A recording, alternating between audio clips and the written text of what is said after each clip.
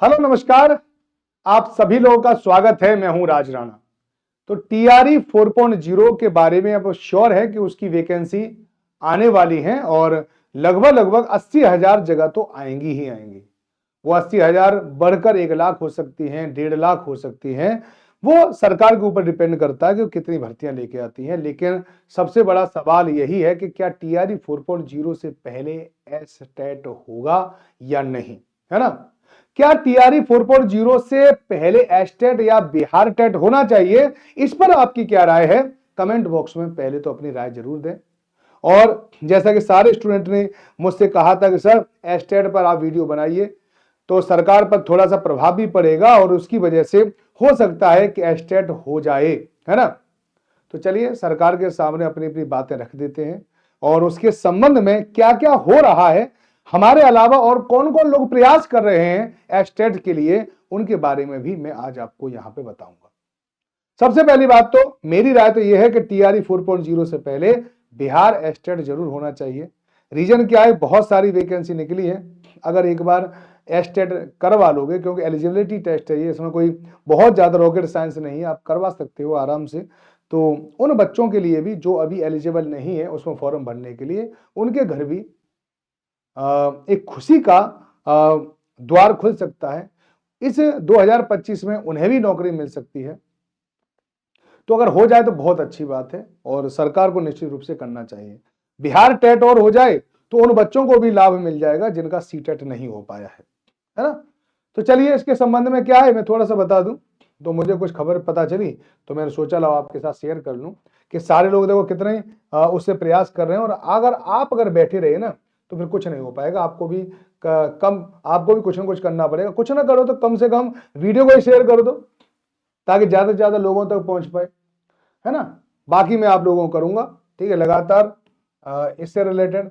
STET यानी estate आयोजन को हाई कोर्ट में अब याचिका दाखिल कर दी गई है ना। अब सोचिए कि अब पिटीशन बनाकर एक पिटीशन फाइल की गई है हाई कोर्ट में कि बिहार टीआरई 4.0 से पहले कि एस्टेट करवाया जाए और उसके संबंध में बहुत सारी चीजें लिखी हुई हैं। तो मैं आपको बता रहा हूं, बिहार में शिक्षक नियुक्ति के चौथे चरण की सुगबुगाहट को देखते हुए, ठीक है, छात्र राजद के प्रदेश उपाध्यक्ष अमृत कुमार अमरकांत ने पहले एसटीईटी आयोजन कराने की मांग को लेकर पटना उच्च न्यायालय में याचिका दायर की। ठीक है, याद रखो कि जब भी कोई कोई भी कंपेन करो, है ना, कंपेन को कभी राजनीतिक मत होने दो। मैं सभी स्टूडेंट से अपील करूंगा राजनीतिक ना होने दे, वरना राजनीतिक चीजें हो जाती हैं तो फिर वो हो नहीं पाती। आप बिल्कुल एज ए स्टूडेंट जुड़े और सरकार के साथ सामने मांग रखें, देखो हमारा ये नुकसान होगा। चाहे भावनात्मक रखनी पड़े अपील, ठीक है, भावनात्मक रखो, ठीक है, चाहे व्यक्तिगत स्तर पर जाना पड़े तो व्यक्तिगत स्तर पर जुड़ो, ठीक है।